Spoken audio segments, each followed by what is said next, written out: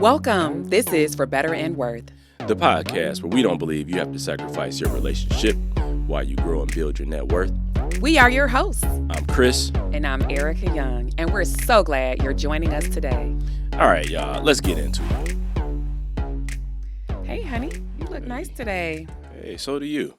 You know, you look all, business, and I'm just a, little quarter zip situation going on. Yeah, we're getting out early today. Got some stuff to do, and we just got dressed. So I'm doing a little extra. Got a meeting, and so I'm doing a little extra. It's all good. It's all good.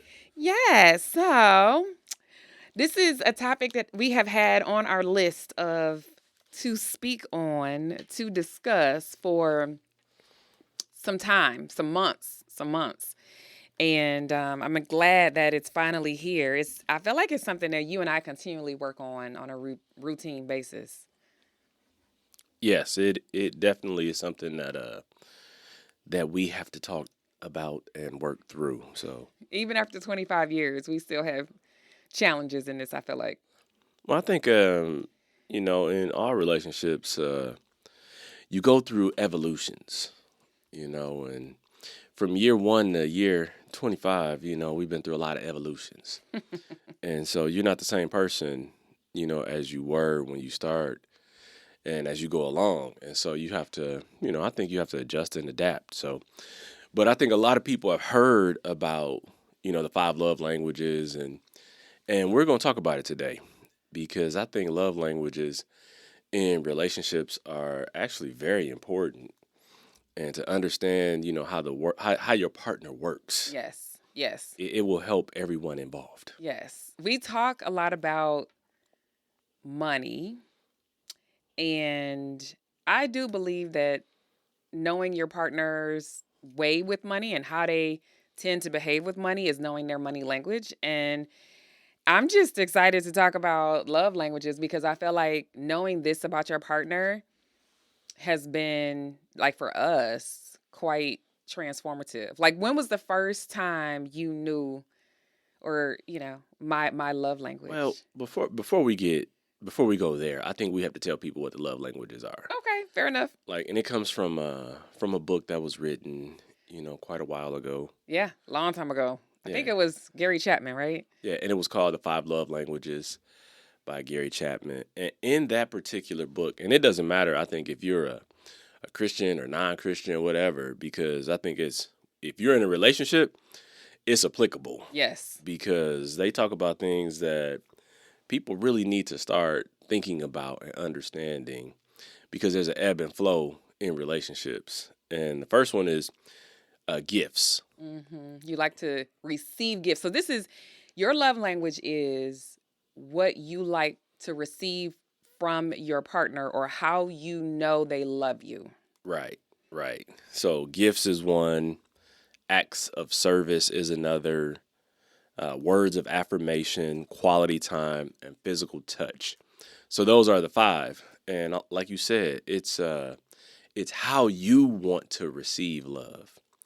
And I know personally, it can become confused because how you like to receive love is often how you like to give love in return. And it doesn't always equate to love with your partner, right? It does not always match up. Yes.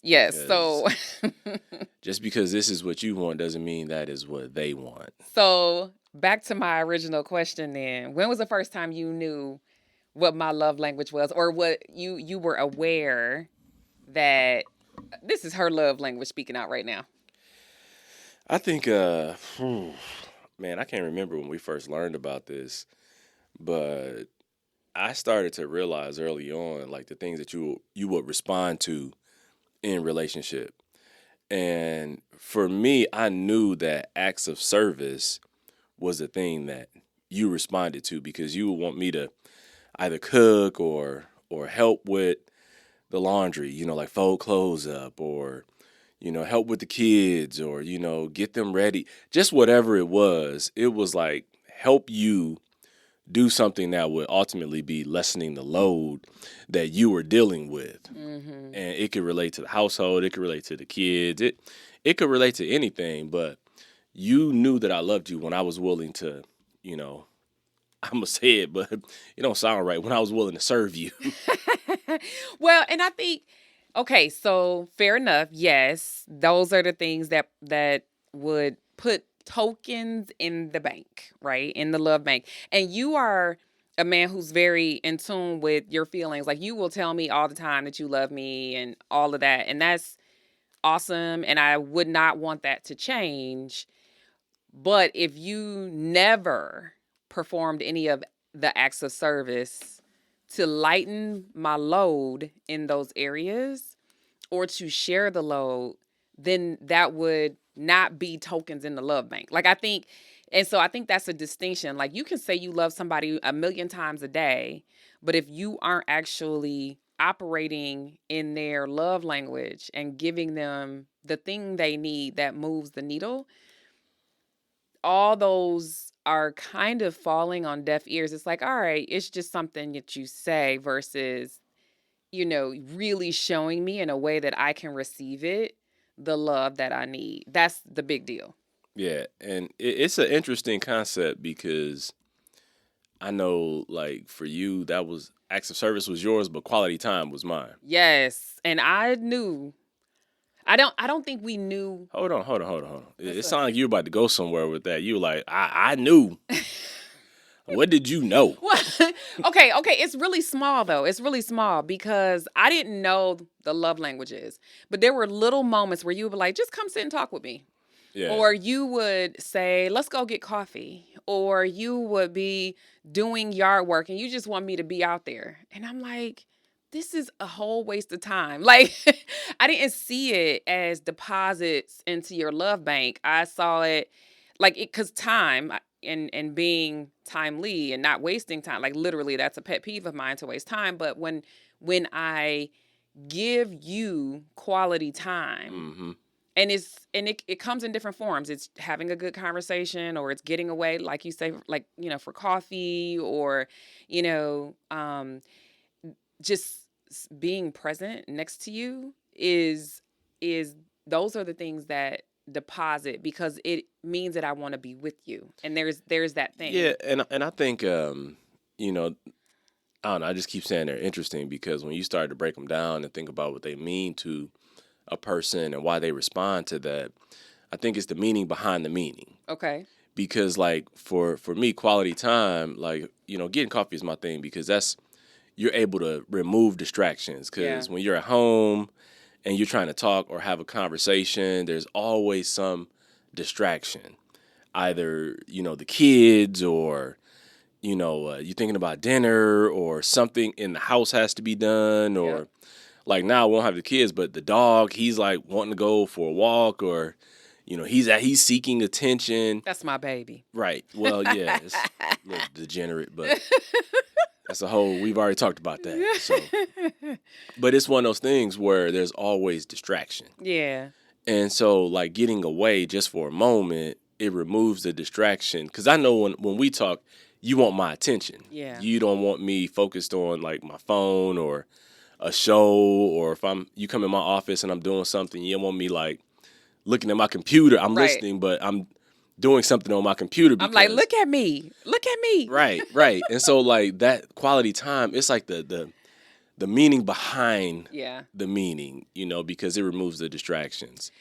I think it's a thing that helps you to know that you're important to me, right? I think my perception is that this is a way that I'm showing you that I value you, and when I give you the time, and it's not like hours and hours. You're not interested in sitting next to me for hours and hours and hours, but it is maybe. Because I sometimes need my space too. Right, I know. And I give that to you cuz like me, I value, my alone time as well. But I think like that giving you that moment that you need and being clear that that need is being met. It could be for you it could be 15 minutes, it could be 30 minutes. It could be simply listening to your conversation and then moving. It could be a 10-minute conversation. You just want Yeah. to air your thoughts out and then move on.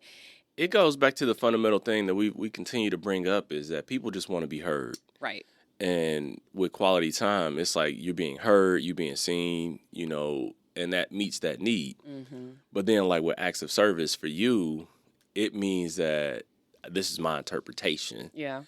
It means that, like you said, I value you Right. because I don't want you to just bear the load. I'm trying to help you Mm-hmm. bear the load or do something that is going to lessen the burden of what you have to be thinking about or concerned with. And I think it also for me is being seen, right? Like when you Didn't I just say that? yeah, yes. And I think, okay, yes, so let me reiterate, honey, that it's being seen. I think when I'm doing much of the chores and housework or etc., when the kids were here, I think it can go as unseen work. It can go as being assumptive that she's doing it, etc. And so when you take on some of it, it has become, oh, he sees me and sees the work I'm doing and is lightening the load. And I think that's why that probably is so important to me. So I'm curious, do any of these other ones move the needle for you? I mean, beyond quality time, right now, who you are, do gifts, words of affirmation, physical touch, or acts of service do something for you? I mean, I think words of affirmation always. I think a lot of men just need to be, affirmed that what they're doing is appreciated. Because if you're a primary breadwinner, or even if you're not the primary breadwinner, if it's you make equal incomes, but you want to be appreciated for what you do. And sometimes, like, even in quality time, if I'm asking you to come and do something, it's really like affirm the work that I'm putting in, Got or it. affirm, how I'm taking care of our household, or, affirm, the effort that I'm putting forth to make sure that, you can live this life or whatever it is. And so I think that,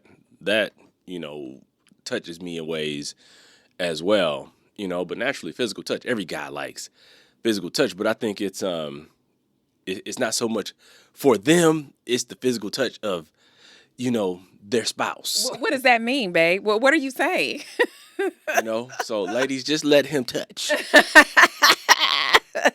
Like when you said this morning, come here, show me where this is. I'm like, that's not what you want. I already know you want Well, more than look, just to show me where show you where something is. You needed to get your feel on real quick. look, well, it is what it is. But what about you? Are there others amongst that list that register or do something for you? Yeah, I will openly and honestly say, like, gifts, I like them on holidays, but it's not a thing for me. I Mm-hmm. because yeah, that just doesn't do much for me at all. I think that's on the bottom of my list. And quality time, honestly, not as much because I'm a person who doesn't like to waste time, and so I want to be doing something. So Mm-hmm. that's not a button for me. And physical touch is cool. I'm gonna say it's in the middle. Well, I'm hearing you say 5, 4, 3. Yes, So we get to yes, number 2. yes. Two is definitely words of affirmation. But honestly, I don't think that this was something years ago that was true for me. I feel like now, as the woman, I don't even know what to say about this. An empty nester woman, a woman with with some maturity. Is that what I'm saying? I don't know. I'm not old. I'm just Look, gonna say look, I ain't old. But you saying a whole lot of stuff, and I'm just sitting here.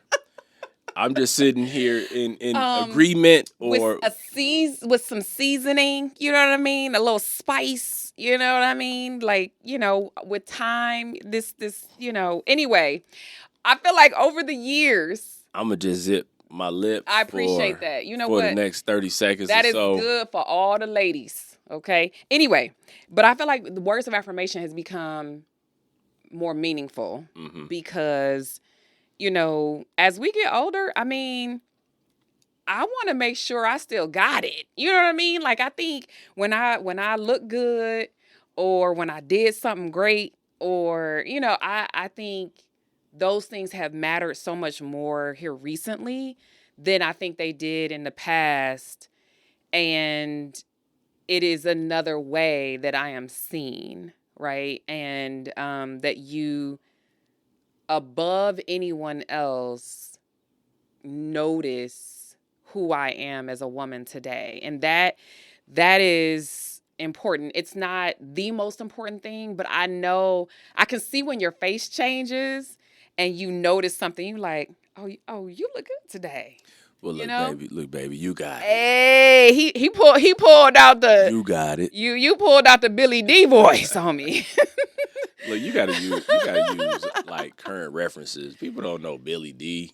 They can go listen to him real quick. Go get a YouTube video and pull out the Billy D. Williams, Yeah, okay? you got it. But that has become something important to me versus in the past. I would say I think that I mean I know who I am, but it's great to know your husband knows who you are as well. Yeah, and I think like when you are in long-term relationships and marriages, you can start to take things for granted. Yeah. And I think it was important how you said what you may have responded to before, you may not respond to the same now.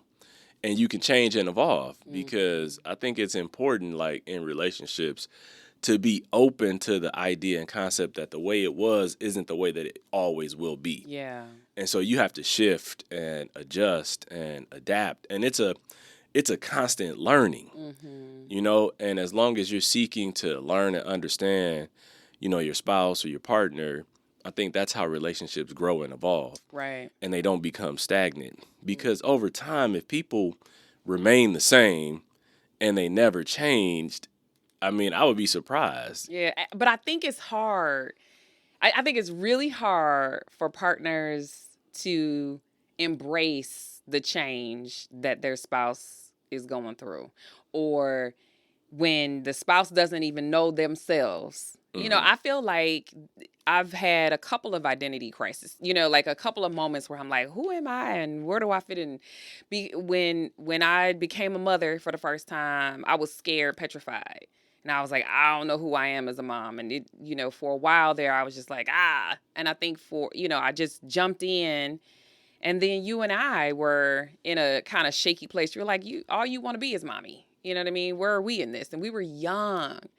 And I feel like when I left my job and started a business and, in the business, I've had several iterations of who I am and what I think of myself. And I think those times is probably even more challenging probably for the spouse to figure out how to meet that need, how to ebb and flow and all of that in those changing times. And that is, I think, where we can lean into some of the love languages. And I think a really good question, I think this was a couple of years ago, you and I asked each other this question, what would make a difference for you right now? You know what I mean? It was a version of that. Like, what's going to be helpful for you right now? And I think if we can ask those questions, or like, what is it that you need? I remember this moment where you and I were really trying to ask each other, what do you need today?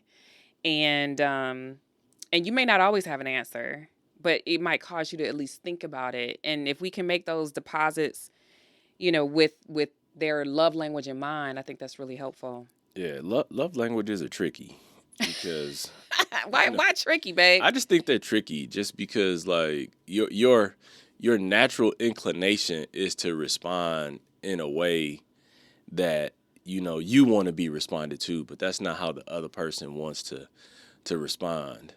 Wants you to respond because they're like, well, like you said, just because I like quality time for you, it's like you don't want to waste any time. You got to be doing something. It takes me an all effort. the time. Yeah, it like, takes an effort for me. And I'm like, calm down, sit down, like chill out. Yeah. But that is like contrary, so, and so it's like one of those things where you got to really be in tune to say, okay, this is what I want, but this is not what they want. And so I need to respond not with what I want, but with what they are best going to receive Yes. from me. Yes. And that requires you to turn things off and turn other things on. That's why I say they're tricky, because you might be trying to turn something on that you're not very good at, that's right. and it's on the lower part of your list. You're That's like, man, right. I gotta turn this on, and this feels awkward or mechanical, but you gotta like really just work through it, because that's how you'll get the best response from your partner. I will tell you, there have been plenty of times where I'm like, Ericka, just listen.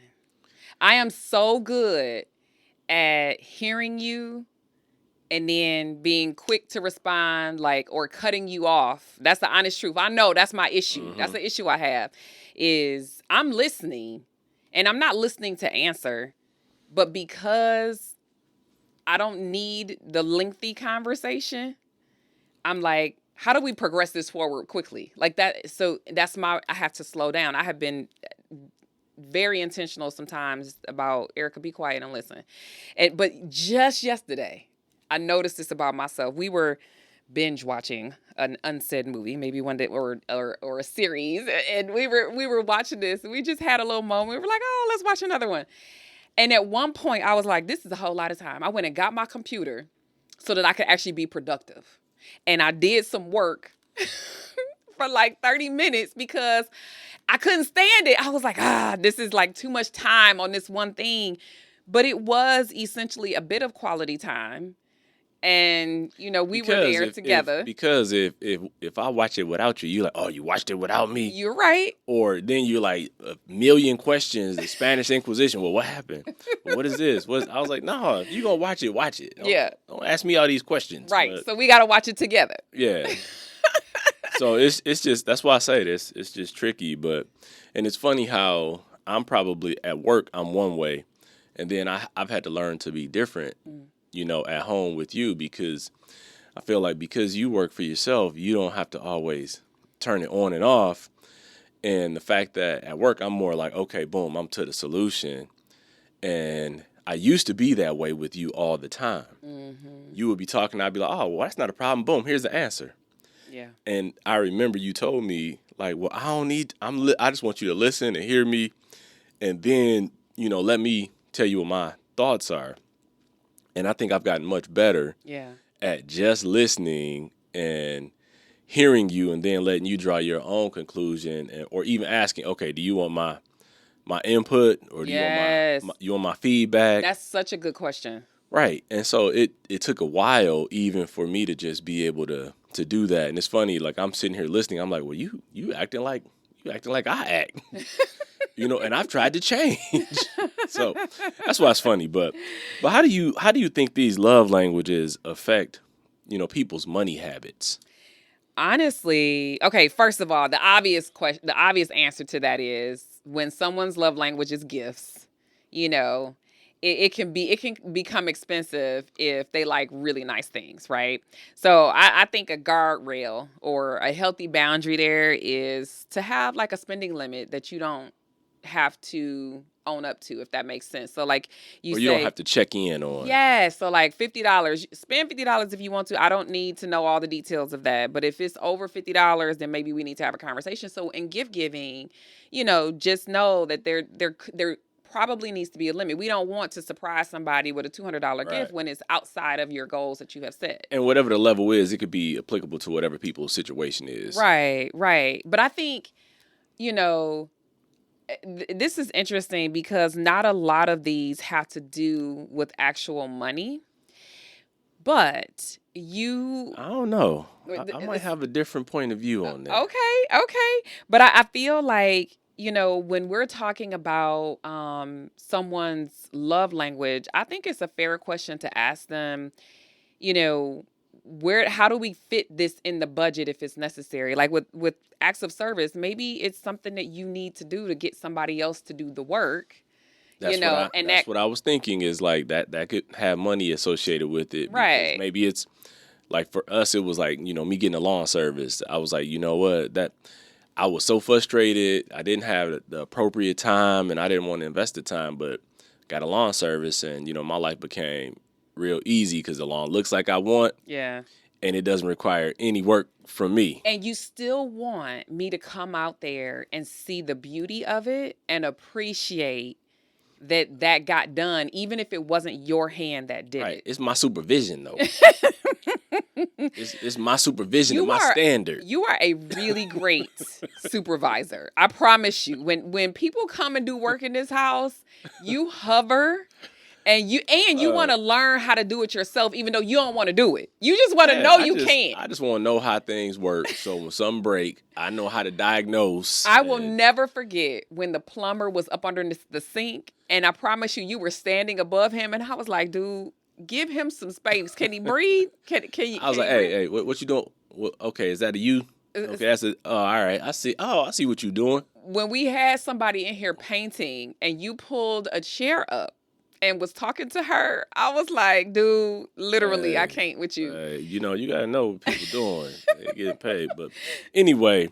But I think that, you know, there could be dollars associated with acts of service. Yes. If you're paying a service like a maid service or Yep. a landscaper Yep. or anything, you know, like an act of service could be, you know, paying to get hair and nails done. And that could be a gift and kind of Sure can. an act of service. Yeah, and quality time is date night. I think quality time. Quality time could be vacation. It could be, honey. It really could be. And so if you can get on the same page about the dollars and cents, maybe Right. you can have more tokens in your love bank.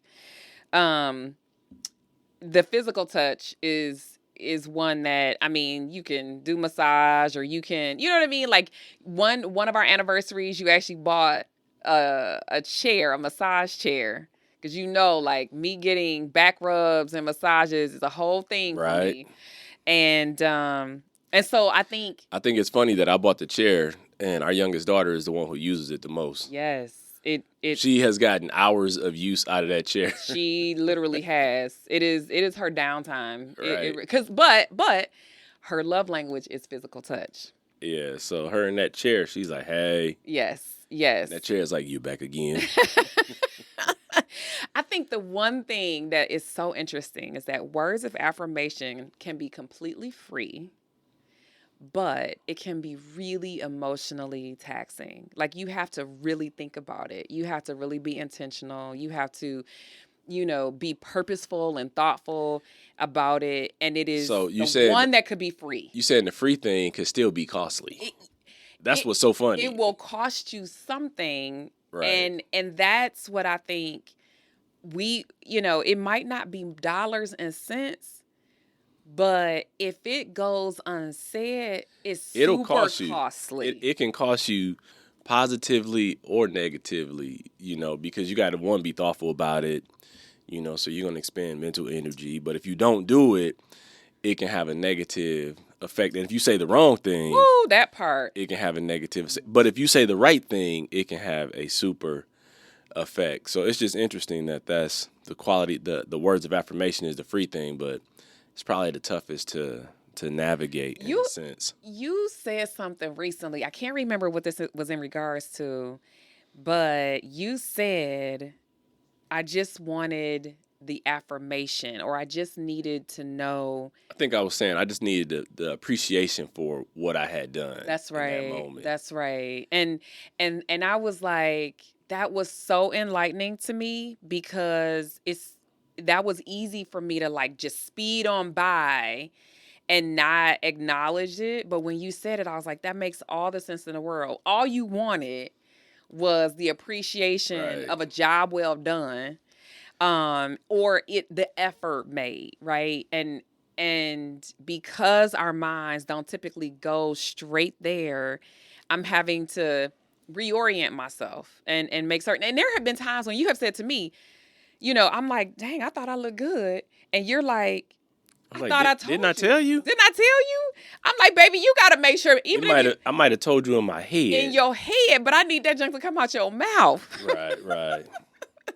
Well, this is a good conversation, and I think this is one that most people in a relationship need to have. Yeah. Because there's so many things in relationships that are assumed and never said, never spoken, and you can't assume because you know what they say. Yeah. And so I think those things that are thought need to be brought into reality and spoken. Yeah. And when you understand what your spouse is going to respond to, then you know how to cater to that need. And catering to that need, all it's going to do is help you. Mm-hmm. So let's talk about, make it worth it. How do people make it worth it?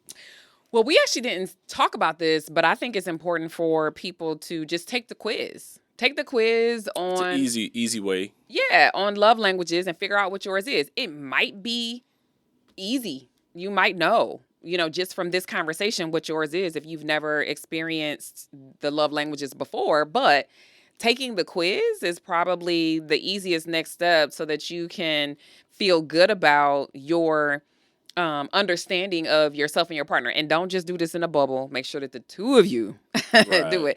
And I mean, I think this has been really helpful in us understanding our children too. So this has been good because their love languages aren't necessarily ours. Actually, Faith is the same as you, but understanding what it is that they, how they tick and how they need to receive love has been really eye-opening for us too. So take the quiz. That's what I say. How to make it worth it. How about you? So that says to me that it's not just applicable to your spouse or partner. It can be applicable to others if you understand what their love languages are. Yep, absolutely. Okay. Yeah. Well, for me, I think, actively work to respond to your partner's language, whatever it may be, within reason, especially when it comes to gift giving, but those things that don't require dollars, go all in on. If it's words of affirmation, if it's quality time, go in on those things and don't let the fact that it may not be your primary language keep you from doing what it is your partner is going to respond to. Because if you do what they respond to, it's going to benefit you as well. Absolutely. A win in a love bank is a win for everybody. Absolutely. So let's go put all the tokens in the love bank so that we can, enhance and take our, relationships to the next level. Well, I hope you guys are figuring out what your love languages are and you're going to jump in with 2 feet and do this thing. And so until next time, we're out. Thank you for spending some of your time with us today. We appreciate all of your support. So be sure to subscribe, rate, and review us wherever you listen to this podcast. You can find us on Instagram at For Better and Worth. And sign up to receive our free guide, The 7 Reasons Your Money Relationship Isn't Working with Your Partner, on ForBetterAndWorth.com. Until next time, we're out of here.